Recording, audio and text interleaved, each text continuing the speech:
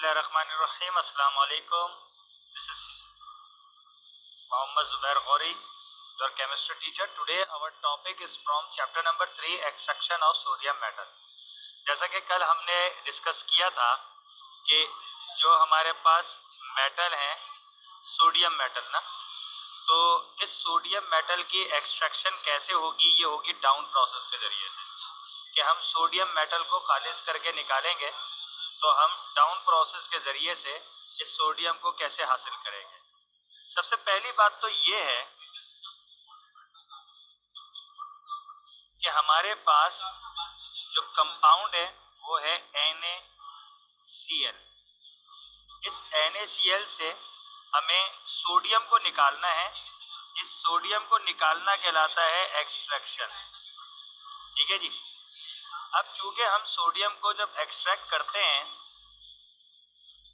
तो एक्सट्रैक्ट करने के लिए हमें सबसे पहले सोडियम को मेल्ट कंडीशन में चाहिए। ठीक है। फिर उसके बाद मेल्ट कंडीशन में क्या होगा, या तो मेल्ट हो जाता है या तो फिर आप एक्वस में डाल दें। उसके बाद दूसरी चीज होती है, हम उसकी इलेक्ट्रोलाइसिस करेंगे, इलेक्ट्रोलाइसिस ऑफ फ्यूज्ड NaCl। क्यों? क्योंकि इलेक्ट्रोलाइसिस एक ऐसा प्रोसेस है जिसमें आप करंट डालते हैं, यानी कि कैथोड और एनोड दो इलेक्ट्रोड्स डाल के आप उसमें इलेक्ट्रिसिटी पास करते हैं। तो जब आप करंट पास करते हैं ना, इलेक्ट्रिसिटी पास करते हैं, तो लाजमी सी बात है कि एक ऐसा कंपाउंड होना चाहिए जो इलेक्ट्रोलाइट्स हो, जिसके अंदर इलेक्ट्रिसिटी पास हो सकती हो। तो ये जो NaCl है ये एक आयोनिक कंपाउंड है। इसमें इलेक्ट्रिसिटी उसी शर्त में पास होगी जब ये मेल्ट हो या एक्वस हो। यही वजह है कि हम इसको सबसे पहले मेल्ट करते हैं। ठीक है। मेल्ट करने के बाद हम इसका इलेक्ट्रोलाइसिस करेंगे। ठीक है जी। अब सबसे पहले मसला जो ये आता है वो ये कि सोडियम क्लोराइड का मेल्टिंग पॉइंट है तकरीबन 800 डिग्री सेल्सियस। अब ये 800 डिग्री सेल्सियस तो बहुत ज्यादा हो जाएगा, इसलिए हम क्या करते हैं कि इसमें ऐड करते हैं थोड़ा सा कैल्शियम क्लोराइड। कैल्शियम क्लोराइड क्या करेगा, ये इसके मेल्टिंग पॉइंट को लोअर करेगा, लोअर दी मेल्टिंग पॉइंट।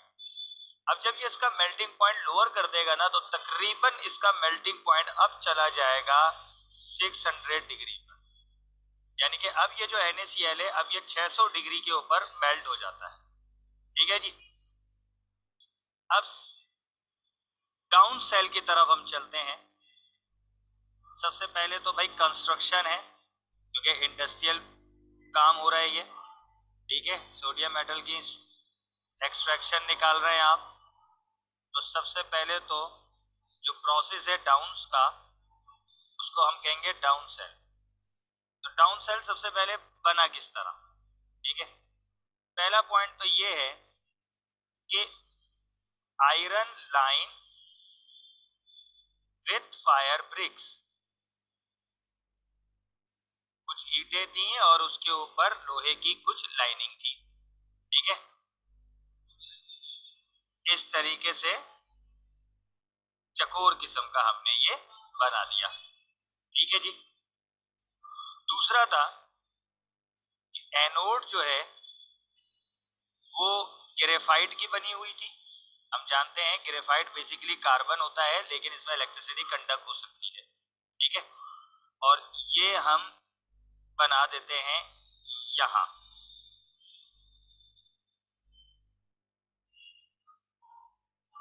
ये इस तरीके की ग्रेफाइट रॉड थी। ठीक है जी। यहां पर हम इसको कलर कर देते हैं। ये हमने इसको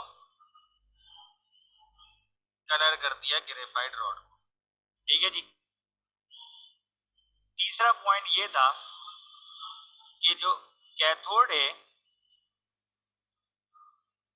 वो या तो कॉपर की है या आयरन की। लाजिमी सी बात है ये दोनों भी गुड कंडक्टर हैं। ठीक है।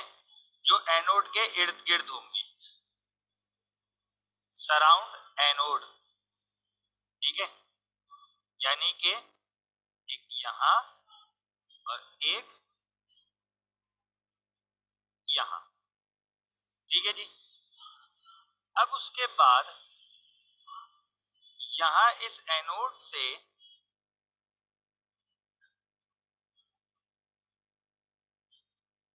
एक कंटेनर है, यहां पर हमारे पास सोडियम जमा हो जाएगा और यहां हमारे पास एनोड से एक ओपनिंग पोल बाहर निकल रहा है, यहां से क्लोरीन बाहर निकल जाएगी और यहां हमने एक जगह खाली छोड़ी हुई है ताकि यहां से NaCl अंदर जा सके। अब जरा देखें ये होता किस तरह है। सबसे पहले अगर आपने मोल्टन NaCl रखेंगे तो ये अपने आइंस में टूट जाता है Na+ और Cl-, ठीक है। अब चूंकि ये जो आपका कैथोड है इसके ऊपर माइनस और ये जो आपका एनोड है इसके ऊपर प्लस है, ठीक है। तो जितना भी आपके पास सोडियम है प्लस वाला वो कैथोड के पास चला जाएगा क्योंकि कैथोड के पास माइनस चार्ज है। कैथोड उसको इलेक्ट्रॉन देता है और ये सोडियम न्यूट्रल बन जाएगा। बिल्कुल इसी तरीके से एनोड हमारे पास प्लस रॉड होती है तो क्लोरीन जितना भी है वो एनोड के पास जाके इलेक्ट्रॉन देगा और क्लोरीन गैस बन जाता है। अब हम इसको बैलेंस कर देते हैं, यहाँ 2 लगाएंगे, यहाँ 2 लग जाएगा। क्योंकि क्लोरीन 2 है तो सोडियम भी 2 हो जाएंगे, इसलिए हम इसको दोनों को बैलेंस कर देते हैं। तो इस तरीके से क्या होगा, sodium Na deposited at cathode और chlorine gas deposited at anode. यही वजह है कि हमने यहां पर कैथोड के साथ ये चैम्बर यूं रखा ताकि यहां सोडियम डिपॉजिट हो जाए, ठीक है जी। और यहां एनोड के साथ यहां से क्लोरीन गैस निकल जाए, यहां पर हम इसको क्लोरीन को हासिल कर लें। तो ये हमारे पास जो है वो कंस्ट्रक्शन भी हो गई और केमिकल रिएक्शन भी हो गया। अब इसकी वर्किंग किस तरह होती है कि जब आप इलेक्ट्रिसिटी पास करेंगे तो सोडियम जो है वो कैथोड के पास चला जाएगा, क्लोरीन एनोड के पास चला जाएगा और इस तरह आपको 99% प्योर सोडियम आपको हासिल हो जाता है इस डाउन प्रोसेस के जरिए से, ठीक है जी। ये तो हो गया आपके पास एक सिंपल तरीके का। अब हम आ जाते हैं अल्कालीन अर्थ मेटल हम कैसे हासिल करें। एक्सट्रैक्शन ऑफ अल्कालीन अर्थ मेटल, इनको आप ग्रुप 2A कहते हैं ना, ठीक है। सबसे पहले तो ये कि ग्रुप 2A हमारे पास मिनरल्स की सूरत में मिलते हैं, इसको हम ओर कहते हैं क्योंकि इसमें रॉकी पार्टिकल्स भी होते हैं। जैसे कुछ नाम आपकी बुक में मौजूद हैं, कैर्नलाइट,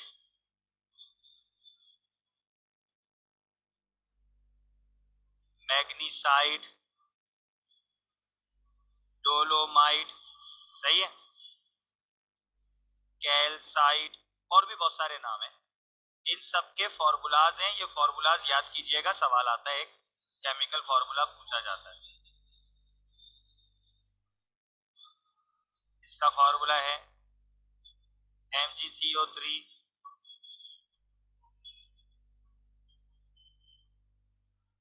कैल्साइट का फॉर्मूला है। अब आप देखें कि ये मैग्नीशियम है, ये मैग्नीशियम, ये मैग्नीशियम, ये कैल्शियम, ये ये सारे आपके ग्रुप 2 के एलिमेंट्स हैं ना।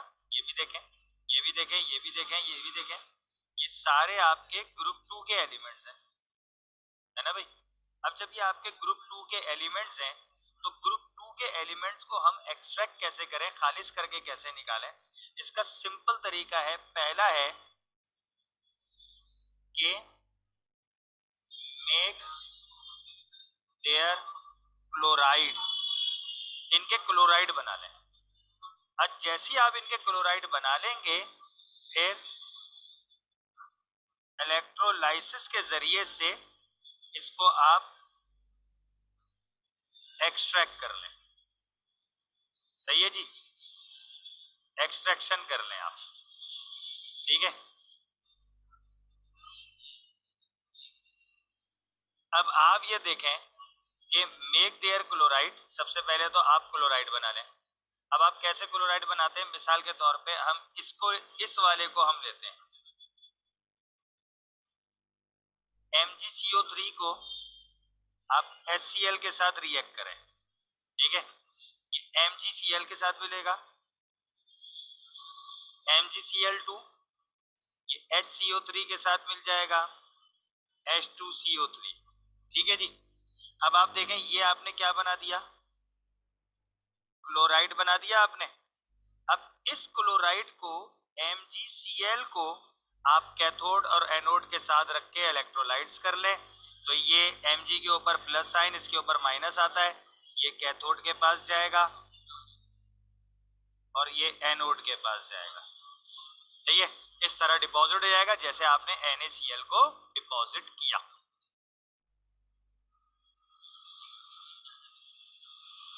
अब आगे बढ़ते हैं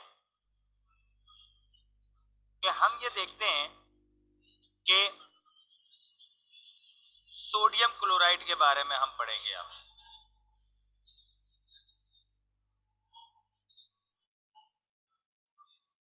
NaCl, सही है जी।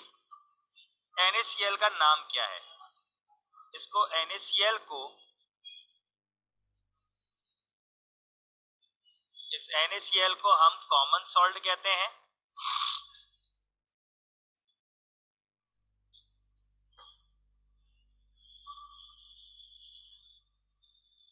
या इसको रॉक सॉल्ट भी कहते हैं, इसको रॉक सॉल्ट भी कहते हैं, ठीक है। Common salt, rock salt. सबसे पहली हेडिंग, कहाँ पाया जाता है ये, नंबर 1 पाकिस्तान में केवड़ा के मुकाम पर पाया जाता है, समंदर के पानी में पाया जाता है, रॉक सॉल्ट की सूरत में पाया जाता है, ये बोरिंग में भी पाया जाता है ये, ठीक है।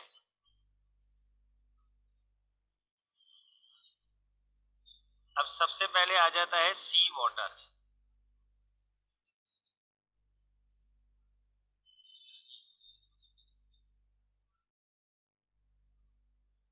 सी वाटर, सी वाटर की बात करेंगे हम,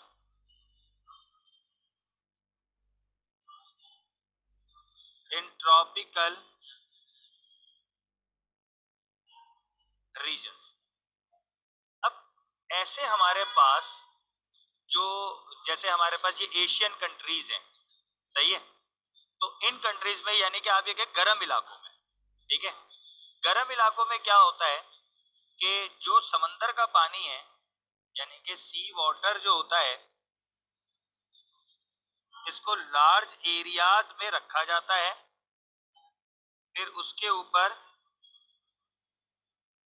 सोलर हीट लगाई जाती है, क्योंकि भाई उसको हीट इस तरह तो दे ही नहीं सकते, गर्म इलाके, तो सूरज की रोशनी दी जाती है। फिर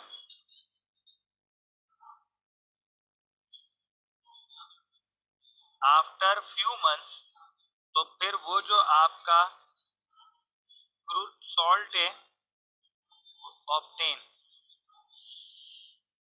ऑप्टेन हो जाता है, ठीक है। अब दूसरी चीज,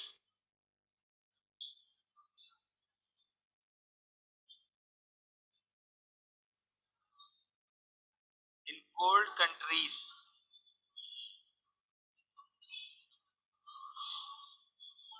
अब विंटर सीजन में क्या होता है,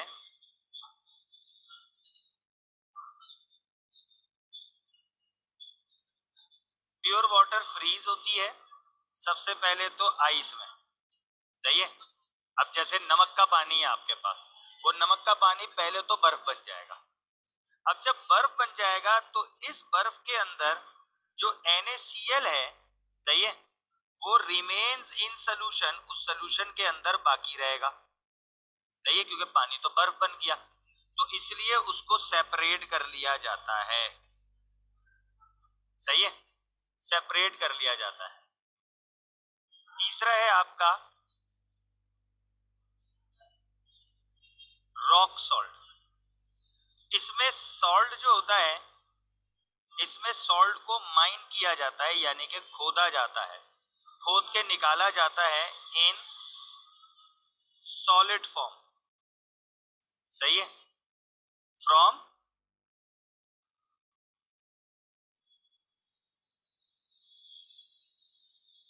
अंडरग्राउंड, ठीक है। और इस सॉल्ट को ब्राइन कहा जाता है। ये जो हम ब्राइन लफ्ज यूज करते हैं, ये असल में माइन सॉल्ट होता है ये, ठीक है। बोरिंग वगैरह से भी जो आ जाता है उसको भी हम कहते हैं। अब अगला हमारे पास टॉपिक ये है कि हम इसको प्यूरिफाई कैसे करते हैं, प्यूरिफिकेशन, सही है। भाई ये जो हमारे पास सोडियम क्लोराइड है यानी कि सॉल्ट है, इसके अंदर कैल्शियम और मैग्नीशियम जैसी इम्प्योरिटीज होती है, सही है। तो इसको हम किस तरीके से, इसको हम सोडियम कार्बोनेट या सोडियम हाइड्रोक्साइड के साथ जो है वो हम रिएक्ट कर लेते हैं, तो उससे क्या होता है कि ये इम्प्योरिटीज खत्म हो जाती है। मिसाल के तौर पे आपके पास सॉल्ट में कैल्शियम क्लोराइड की इम्प्योरिटी है, आपने सोडियम कार्बोनेट के साथ रिएक्ट करवा दिया, कैल्शियम कार्बोनेट बना और NaCl अलग हो गया। फिर आपके पास जो है वो मैग्नीशियम क्लोराइड की इम्प्योरिटीज थी, NaOH के साथ रिएक्ट किया तो मैग्नीशियम हाइड्रोक्साइड प्रेसिपिटेट हो गया, NaCl हासिल हो गया। इसकी यूजेस क्या है, एक तो ये डाइट का हिस्सा है, सही है, इससे हम सोडियम एंड क्लोरीन हासिल कर सकते हैं। अगर आप सोडियम और क्लोरीन चाहें तो आप हासिल कर सकते हैं। दूसरा, ये खाने को बचाने के लिए भी इस्तेमाल किया जा सकता है। अक्सर होता है ना, बकरा ईद में गाय की खाले होती है, उसके ऊपर नमक चढ़ा दिया जाता है ताकि वो जो है वो खराब ना हो, ठीक है। अब हमारे पास सॉल्ट हमने पढ़ लिया, अब सोडियम कार्बोनेट है हमारे पास, और सोडियम कार्बोनेट की इसी तरह यूजेस होंगी, और हमारे पास सोडियम बाइकार्बोनेट है, NaOH है, तीन चीजें हैं। फिर अल्काली मेटल्स में हमारे पास कैल्शियम सल्फेट, ब्लीचिंग पाउडर है। फिर ये हमारा चैप्टर कंप्लीट हो जाएगा, यानी कि मजीद 2 हफ्ते और लगेंगे तो ये चैप्टर फिर इंशाल्लाह ताला हमारा कंप्लीट हो जाएगा, 3 चैप्टर। उसके बाद इंशाल्लाह ताला चौथे चैप्टर की तरफ जाएंगे हम।